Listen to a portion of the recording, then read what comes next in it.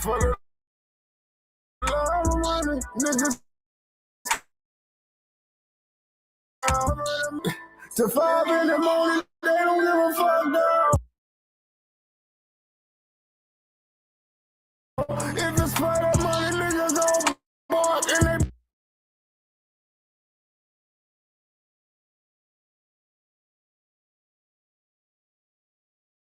bite like a motherfucking dog. Gotta party like a motherfucking dog for that cube. And I'm barking at that cat and I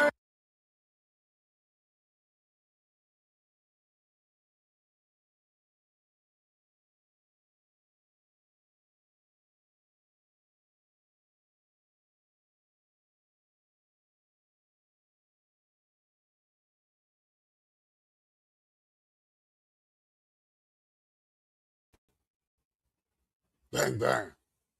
We on the reset, baby. Let go.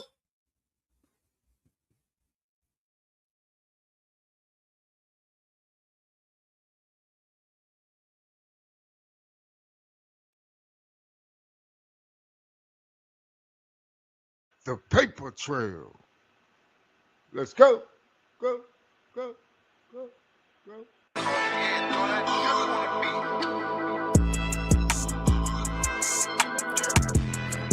Yeah. For the love of money, niggas come around. For the love of money, some stay around. For the love of money, what a nigga will do for the love of the money. Yeah. I gotta shake it 12 at night to 5 in the morning. They don't give a fuck now. If it's for the money, niggas gon' bark and they bite like a motherfucking dog. Gotta party like a motherfucking dog for that cat. I am gon' roof and I'm barking at that cat and I am gon' take the roof off when I'm riding that ride. Real leaning to the left, but I'm steady on the only right. I'm swerving with a purpose. A nigga been sipping on that purple. A nigga been cheaping on that purple. Cause I'm getting money. Cause I'm getting money. And I'm laughing all the way to the motherfucking bank. And I'm telling her, tell me later if she thinking what I'm thinking. Damn me getting money.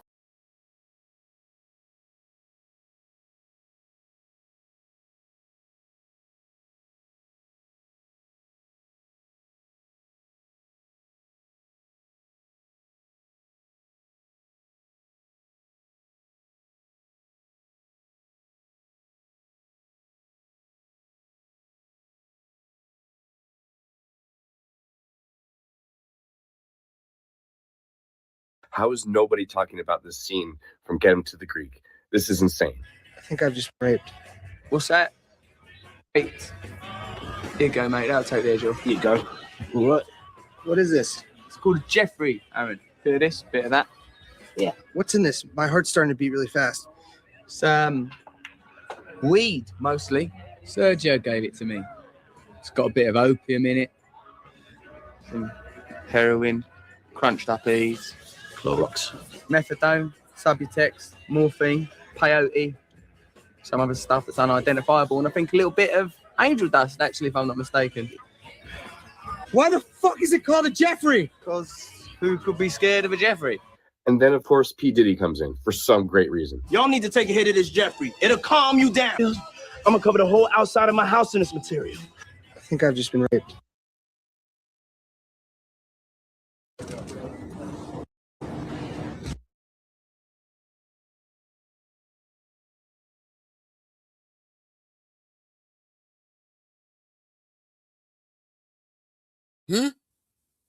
Don't pass me no Jeffrey. What? What'd you say? Huh? No. I don't even want none of that. I thought you had said something else. Nah, but I ain't afraid if that's what you said.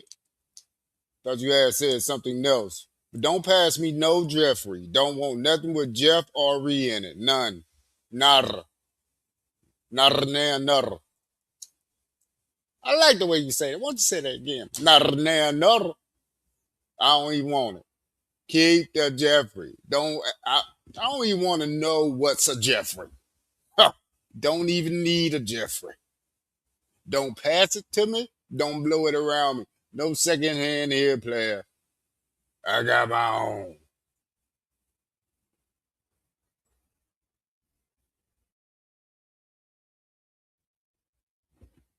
Bang, bang.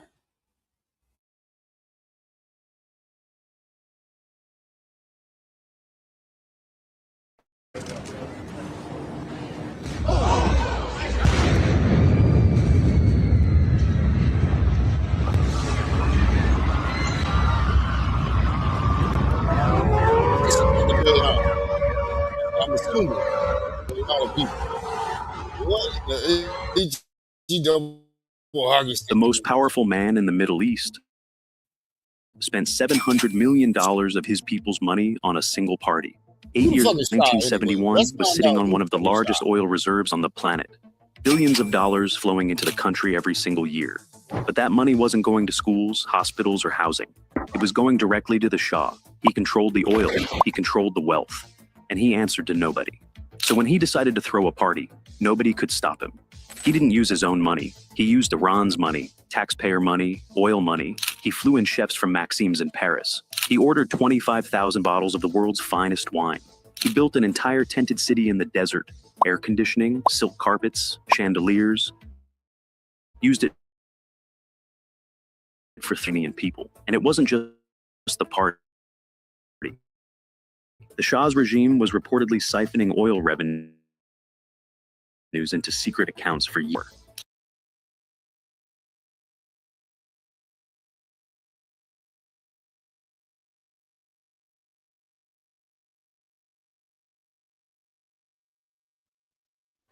So basically, you mean to tell me the Shah wasn't Muslim?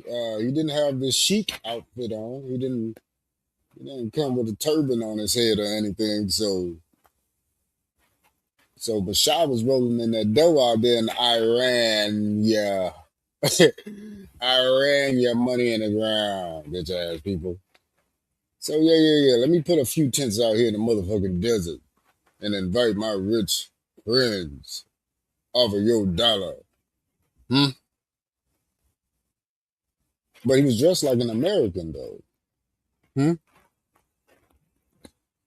wonder what we would dig up if we dug up who the fuck is Shah. I'm pretty sure they were out there passing around Jeffrey before Jeffrey. And I'm pretty sure they stick around the same neck of the woods together.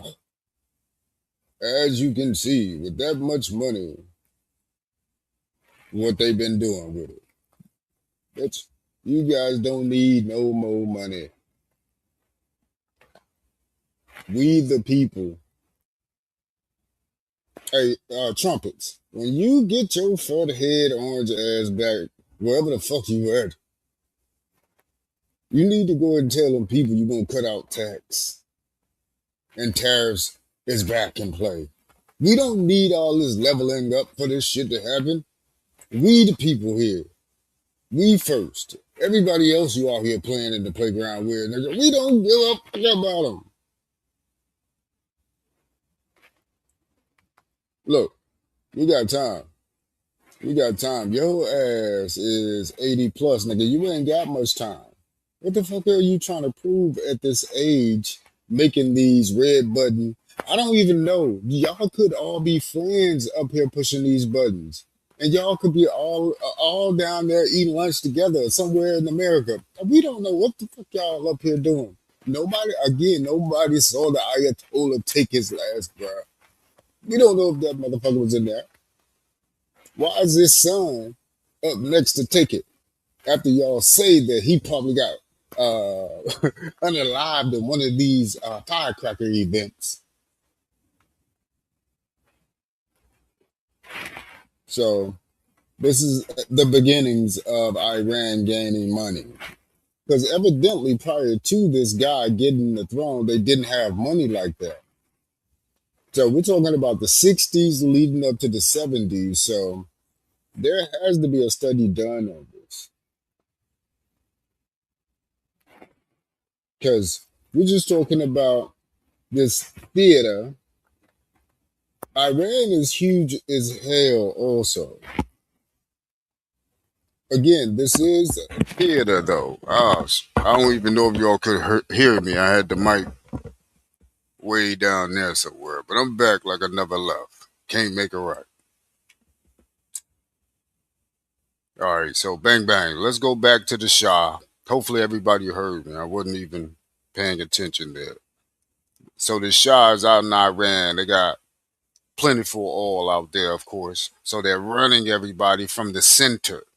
So you are in Iran. You're the center of the Middle East, actually. So you guys had the power to, and you controlled the little strait as well too. So you guys had some power out there in Iran. Nobody's been fucking with you this whole time. But I'm still saying these top guys probably somewhere eating lunch with our top guys, knowing the Epstein big head jughead as Yakub story is behind this whole setup play. Don't forget this motherfucker had the feathered pen and wrote the shit down.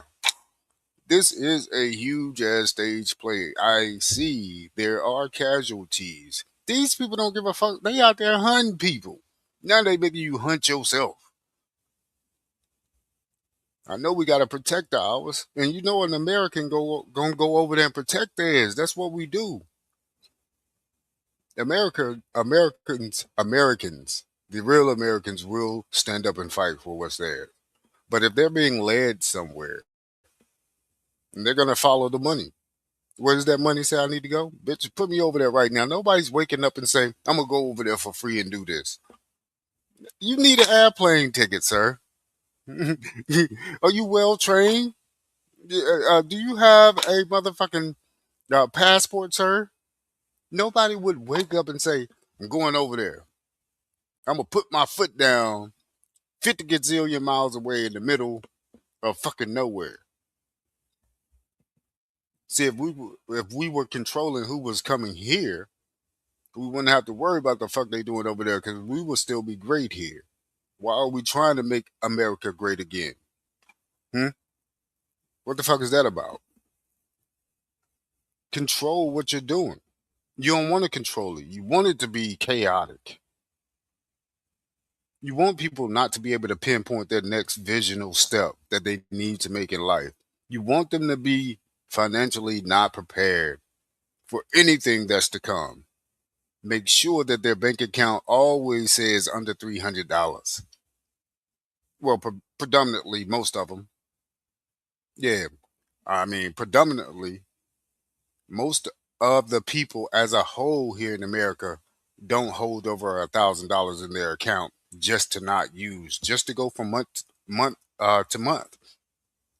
Can you keep that same that you don't have to use it? Like you're still going off your day. I mean, for the whole year, you at least got $1,000 in your account no matter what. So again, this war is costing billions of dollars just for 5 or 6 days.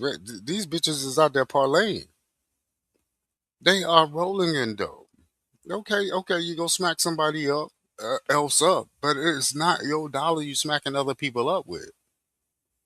Now, not unless you're gonna cut out tax, then we could talk. Elvis. Yeah, I think motherfucking Trump is Elvis. He might also be a woman. Elvis could have been a woman. The hermaphrodite shit has been around for a little minute, sir, ma'am. You know how many little kids they brought over here through Ellis Island and what they was doing to some of those kids that didn't have a spot to go to? Man, we don't know. And they was doing experiments on them. Same thing as Yakub.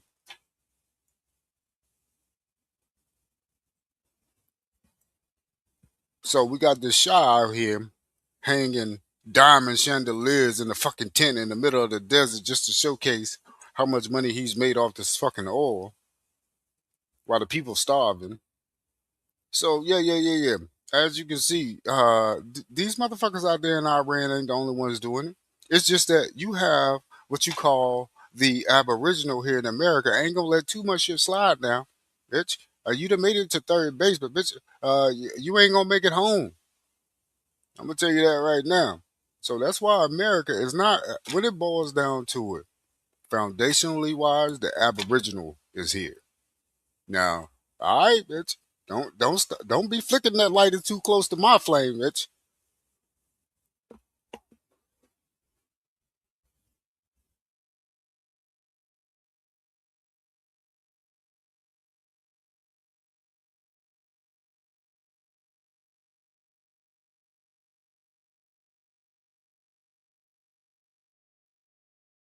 Didn't use his own money. He used Iran's money, taxpayer money, oil money. He flew in chefs from Maxim's in Paris. He ordered 25,000 bottles of the world's finest wine. He built an entire tented city in the desert. Air conditioning, silk carpets, chandeliers. Used it for 3 days, then abandoned it. Every dollar spent was a dollar taken from the Iranian people. And it wasn't just the party. The Shah's regime was reportedly siphoning oil revenues into secret accounts for years. His family alone accumulated billions in personal wealth while in power. The party was just the moment the corruption became impossible to ignore. It was theft, on a stage, in front. Is it just me? Is it just me? But was that nigga like educated in America? Or was he born in America? Because now you got these Muslims running Iran. But prior to that, with the Shah making all these billions of dollars with this oil, that is not no Iranian move. I just want you guys to pay attention to these undercover people they send from America over here to these spots all over the world to make sure they go in there and run shit.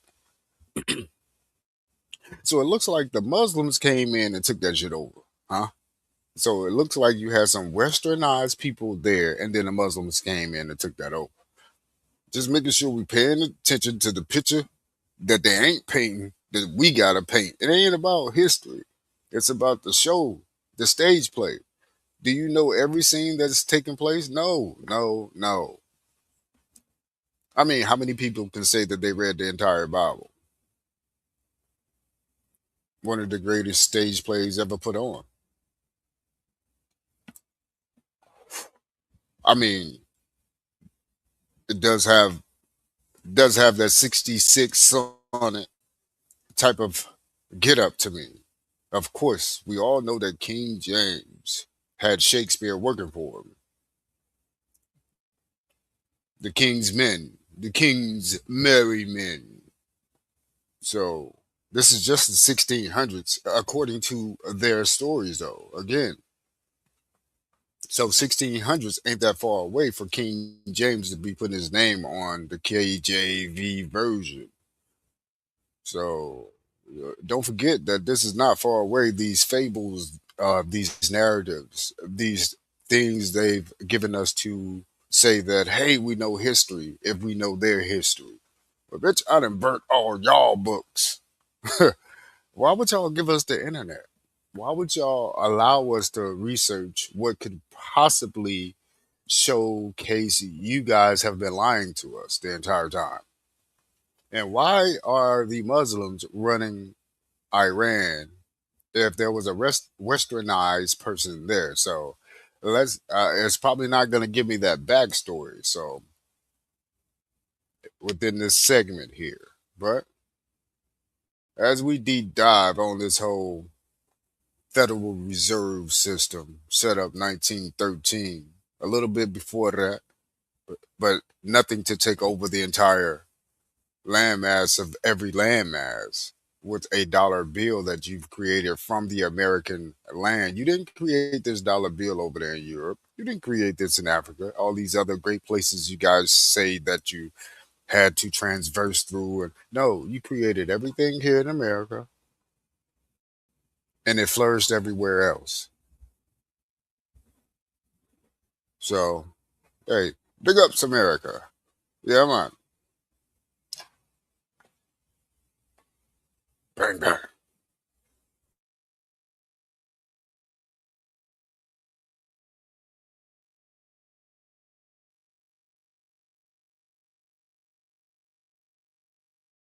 Possible to ignore. It was theft, on a stage, in front of the entire world. In 1979, the people had seen enough. The revolution came fast. The Shah fled the country with whatever he could carry. Iran seized billions in royal assets. The oil money that built his empire now funded the government that replaced him. The dirty dollars didn't disappear. They just changed hands. When those in power control the money, the people always pay the price.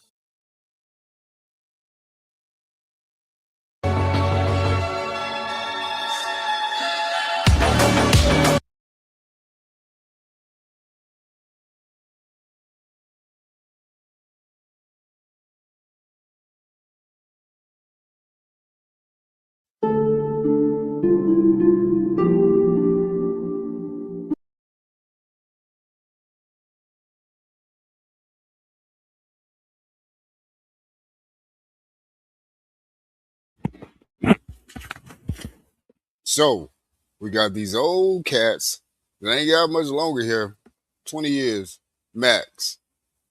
I mean, shit, really. You should be making these decisions right now at that age. There should be a cutoff for these insane mofos that was part of this malicious boxcar boy gang, even before Baby Vampire came to life, Baby Yakub, and he started the new fresh crew. But what I'm saying is, you see your boy Peter Thiel out here selling stocks and shit. All of a sudden, he got caught in a scandal. Not that it matters. Peter Thiel is part of the foundational setups of the internet, surveillance. So, not that it matters. He's selling shit. Uh, his ass should be in jail, but you can't go to jail if you're like right now. We're in a WWE match right now. The guy that set up all the shit that allows those guys to be able to do that cannot be taken nowhere, not by any means. I mean, like, so you gotta look at the people that this guy had hands on creating. So to get your first contract, real contract, Mister Till, straight from the government, is amazing. This is your first contract, and I'm just saying, something from the inside just smells like a raw, stinking, rotten egg. And like I said, man, do not pass me no motherfucking Jeffrey. Huh? Huh? Do not. I got things to do tomorrow. I don't play no games. Not one. Bitch, I'll knock it out your goddamn hand. I'll kick it out your goddamn hand like I did that red and blue pill. I'll kick it out your goddamn hand. Pick it up off the goddamn floor. Pass me no goddamn Jeffrey.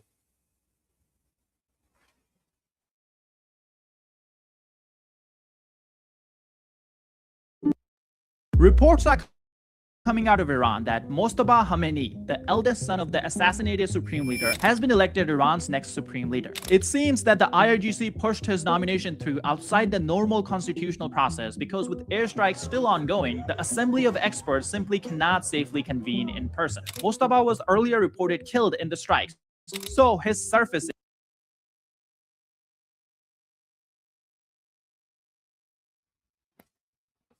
Boy.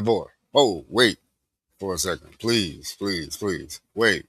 So you're telling me that this guy was reported under live due to firecrackers popping all over the fucking place like on the 4th of July in this bitch.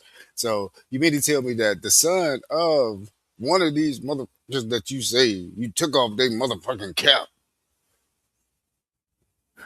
that is supposed to be also uncapped is actually capped and walking around, and he's gonna be the actual Ayatollah? I done told you something ain't right about these stories, so you blew him up, but he's back like Jesus. 3-day resurrection type shit. So we got multiple Jesuses, multiple Moseses. So hold on to your lug nuts. You might not be ready for all this shit. They're gonna make sure that the plot always thickens. Dun, dun, dun, dun, type of shit. So okay, the guy that's supposed to be blowed up is not blowed up. He's about to be the actual Ayatollah. Boy, you can't make this shit up. And all the motherfuckers smoking that Jeffrey. All of them.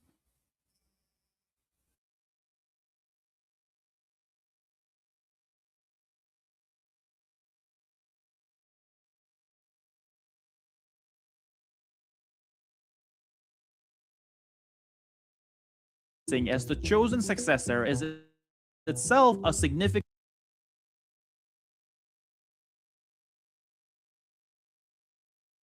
strikes. So his surfacing as the chosen successor is itself a significant development, but at the same time, excess title might be a death sentence in itself. US bombers have already shown how easily they can reach any target in Iran, no matter how deep underground or how well protected they are. Whoever holds the title of Supreme Leader right now is wearing the biggest target on the planet. We might just as well be looking at completely different news within the next 12 to 24 hours. Do you know why Israel is building a new power alliance in the Middle East?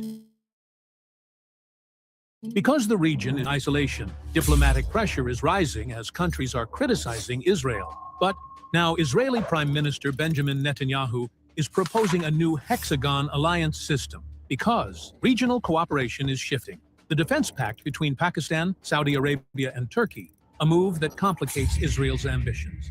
Some states are reopening diplomatic space closer to Iran. For Israel, that means strategic pressure from multiple directions. So the response? Build a new security network with like-minded partners, including India, Greece, Cyprus, and some Arab, African, and Asian countries. Some analysts even describe it as another NATO-style bloc. Here's why this is dangerous. The Middle East isn't entering peace, but another phase of power.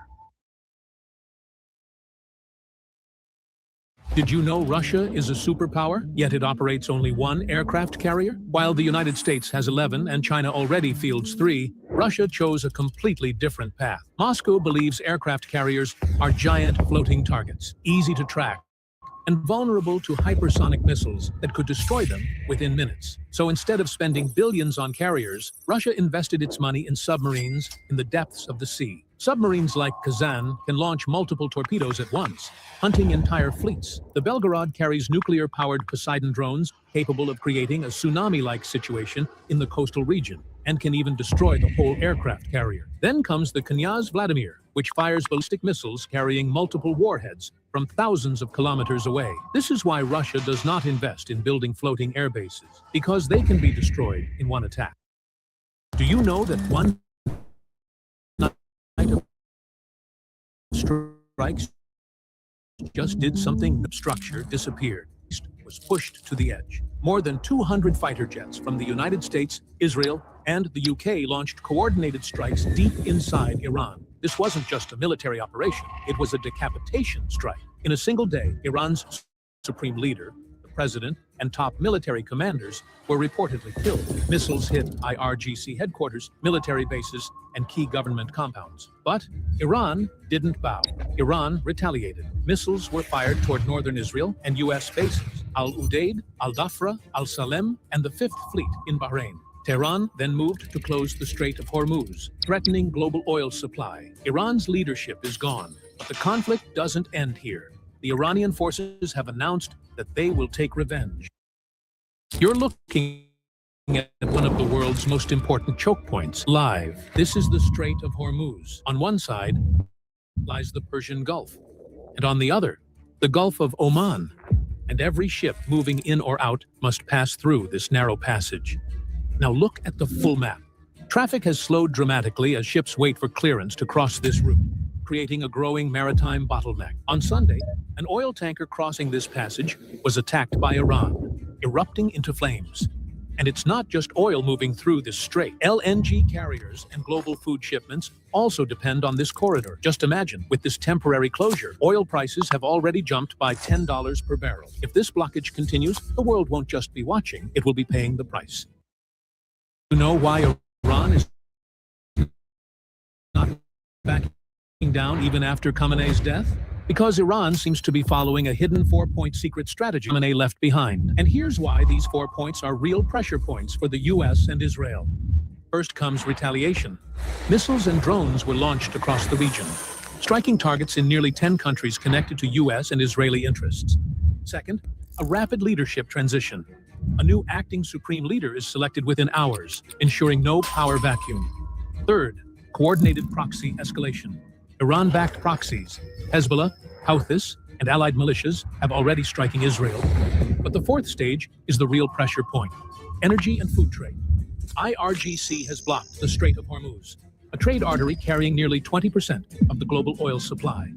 And only after all this comes the internal lockdown. IRGC control, martial enforcement, internet blackouts. Do you know how far Iran's missiles can actually reach? First come short-range missiles, 150 to 800 kilometers, such as Zulfiqar, Cham-1, and Shahab-1 and 2. These are designed for nearby U.S. air bases, such as the UAE, Qatar, Bahrain, and Oman. Then, medium-range missiles, 800 to 1,500 kilometers, such as Shahab-3, Qadr 380, Khaybar Shikan. These put Israel and every major U.S.-linked facility in the Gulf within range. Last but not least, long-range missiles, 1,700 to 2,500 kilometers. Ahmad, Sejil, Khorramshahr, Ghadir, and Sumar can cover the entire Middle East and Israel. Then come the deadliest nightmares. Hypersonic and supersonic missiles, Fateh 1 and Fateh 2, range 1,400 kilometers and speed above Mach 10. These can reach Israel in under 400 seconds. Do you know how much the U.S. is spending just to fight Iran?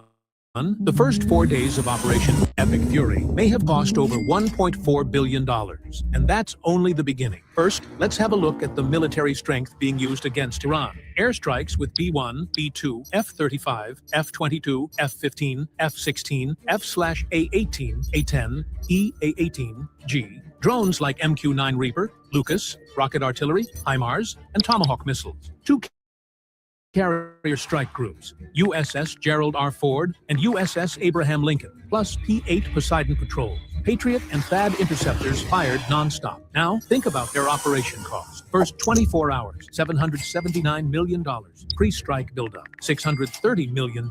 Daily cost of carrier strike groups, $13 million. But now, the real danger isn't the money. The U.S. interceptor missile stocks in the region are thinning fast. So, will the U.S. restock its interceptors in time, or will the war end before that?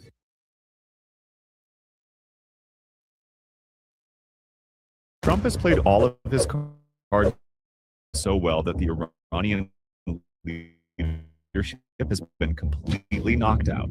3 days, the United States, Iran retaliated by attacking U.S. embassies and buildings in the Middle East. But this time, France and Ukraine are set to join the war. France is sending its aircraft carrier to the Mediterranean and has also deployed Rafale fighter jets equipped with advanced radar systems to intercept Iranian missiles and drones. Ukrainian President Zelensky held talks with Qatar and the UAE and said that Ukraine is ready to send drone specialists to the Middle East to help shoot down Iranian drones. And Trump is saying that members of the Iranian community in America are thanking him repeatedly for carrying out operations against the Khamenei regime. However, this time, Trump is not happy with some of his allies, particularly the United Kingdom and Spain, for being uncooperative since the U.S. launched strikes on Iran. Regarding Spain, he said he is going to cut off all trade and all dealings with the country. On the other side, an Iranian general issued a new statement saying that Iran will target all Middle Eastern economic hubs if U.S.-Israeli attacks do not stop. Shit is about to get crazy. Elon Musk is dropping X money. We know this. You know what coin he's going to use for this shit? Well, who's Ripple partnered with? Cross River Bank. What are they doing? Real-time international payment. You know who X money's partnered with? Cross River Bank. Bro, like I'm telling you, this is the biggest thing Elon Musk has dropped yet. It's bigger than Tesla, SpaceX, all this shit. I mean, the guy created fucking PayPal, and he's going to be using a cryptocurrency for the service. Do some research on what happened after Tesla accepted Bitcoin for payment, and you'll see really fucking quick why this shit's insane. But what coin do you think he's going to use? I think it's XRP.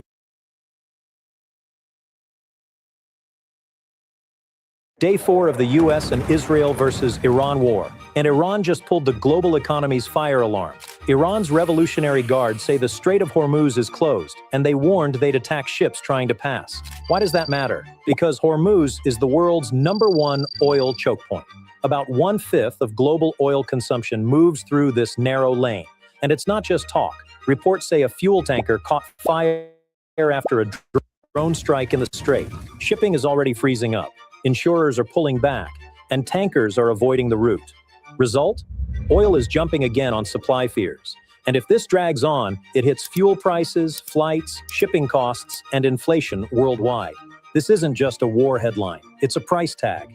Follow for the next update. Epstein Island wasn't even his biggest secret. Did you know he owned 6 massive properties? Little St. James had a big brother, Great St. James. He bought it in 2016 for $17.5 million, only 800 meters apart from the original one, which he bought in 1998 for about $8 million. But that's just the start. His primary U.S. residence was one of the largest private homes in New York City, located on East 71st Street, sold in 2021 for about $51 million. Next up, Palm Beach, Florida, his waterfront mansion on El Brillo Way, with neighbors like Donald Trump at Mar-a-Lago only 2 to 3 miles away. In Europe, he had a luxury apartment on Avenue Foch, one of the most expensive streets in France. He was later arrested here in 2019. The least known one is Zorro Ranch in New Mexico, 7,500 plus acres with a private airstrip, bought in 1993 for about 12 to 17 million. It's still the most mysterious piece of the empire.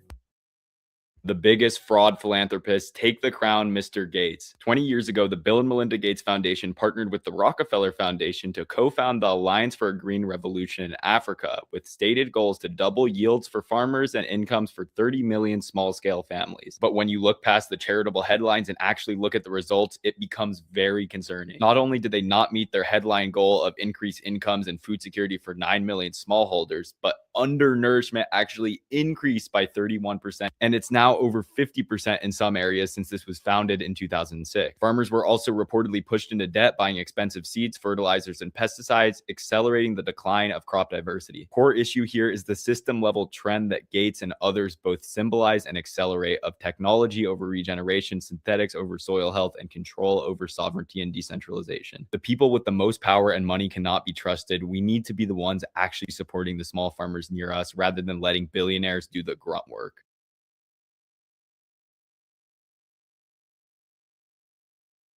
You are! Holy shit! Oh my god!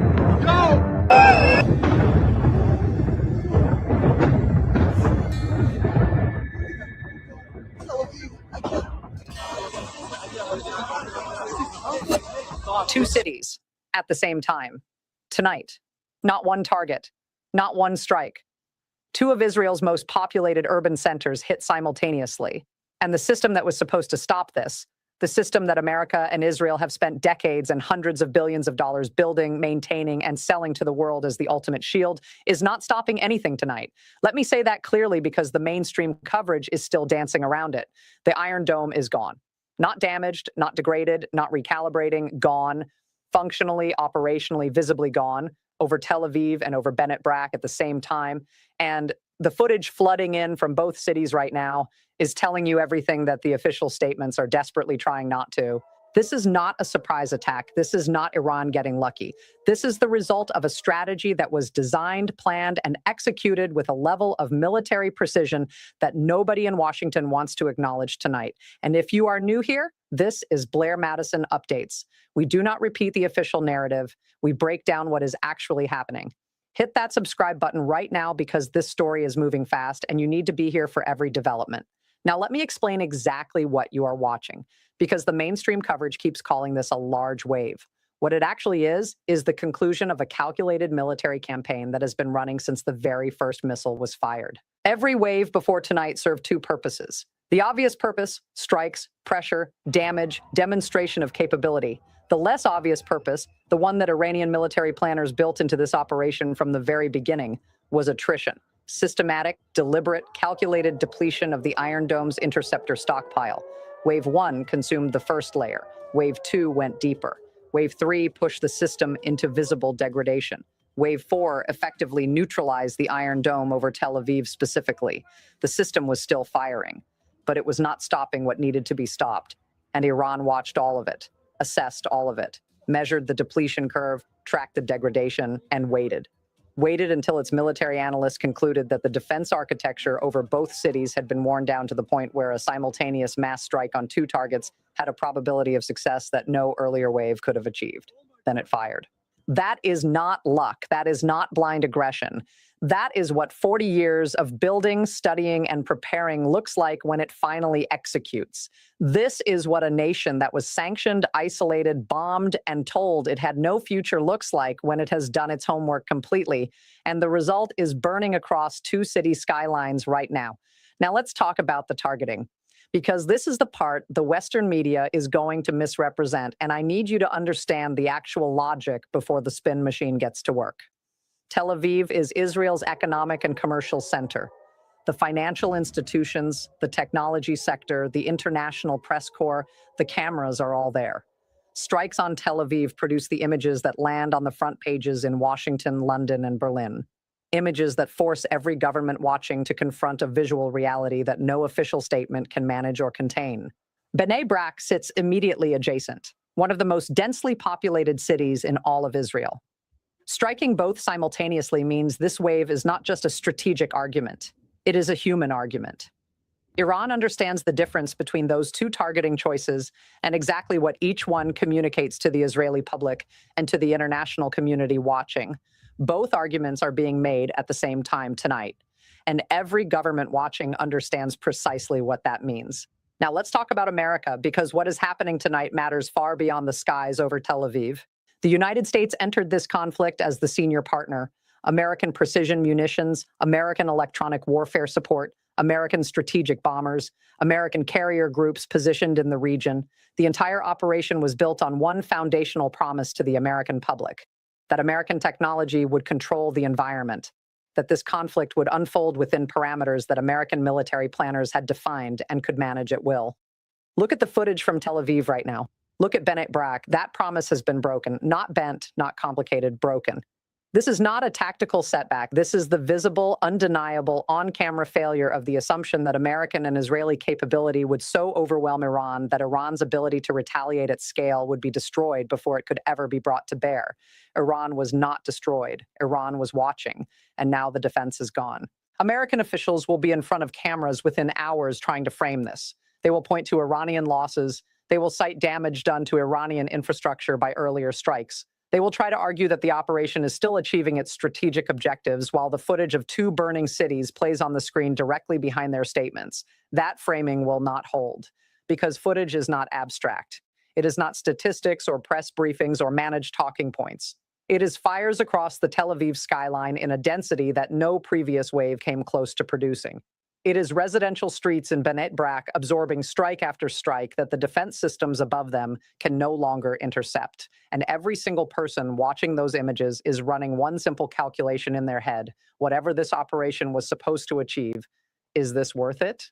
Higher oil prices, a Strait of Hormuz that remains under pressure, American aircraft already lost, and now two of Israel's most populated cities burning simultaneously, while the air defense architecture that American taxpayers funded over decades provides no meaningful protection to the people living beneath it. That calculation does not favor the people who made these decisions, and the consequences will not show up in a news cycle. They will show up in elections. They will show up in alliances that quietly drift, in defense procurement contracts that quietly redirect away from Washington, in the slow, permanent erosion of the foundational assumption that American military technology is simply better than everyone else's.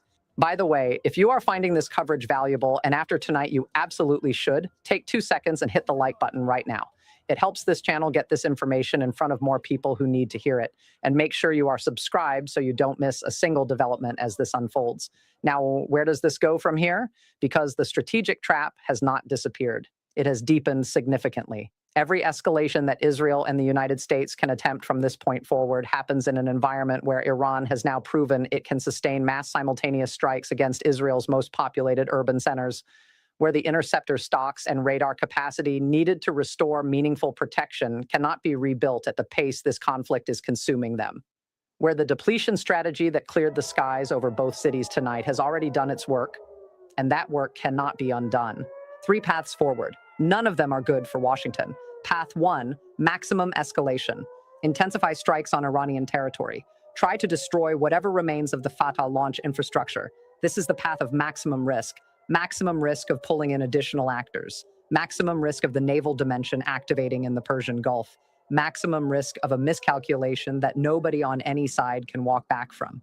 Path 2, back-channel negotiations. Intermediaries are already moving. Oman, Qatar, Turkey. Every party that has maintained communication with both sides is carrying one urgent message right now. Stop before the next phase begins.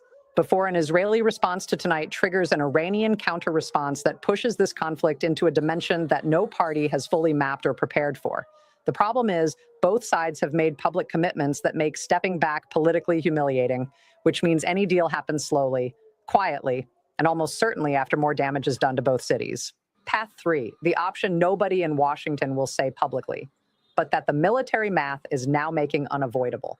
Acknowledge that the theory of victory that authorized the first strikes no longer exists, not adjust it, not recalibrate it, replace it entirely. Because if Iran can sustain this level of operation indefinitely, and tonight proves beyond any reasonable doubt that it can, then the foundation this entire war was built on is gone. And nobody in Washington or Tel Aviv has told the public yet what they intend to build in its place. Here is what we know right now. Iran's attrition strategy worked exactly as it was designed to work. The Iron Dome has been systematically depleted wave by wave and is no longer providing meaningful protection over two simultaneous targets. The Fatah missile, engineered specifically to defeat the systems deployed against it, is performing at a level that no pre-conflict intelligence assessment accurately predicted. The theory of victory is not under stress, it is finished. And a nation that the world was told was broken by decades of sanctions and isolation has just executed one of the most sophisticated, patient, and precise sustained military operations in modern history. The American public deserves honest answers. The Israeli public deserves honest answers. Every allied government that built its national security doctrine around American air defense technology deserves honest answers, not managed answers, not calibrated answers, not recalibrating answers, honest ones. This is Blair Madison Updates, and we are not leaving this story. Every confirmed development, every strike, every diplomatic signal, every military movement, the moment it breaks, you hear it here first. If this coverage matters to you, subscribe right now, hit that like button, and share this with someone who needs to see it. Because the people in power are counting on the footage fading and the news cycle moving on before the real questions get asked. We are not going to let that happen. Stay with us. The largest wave of this conflict is not over, not even close.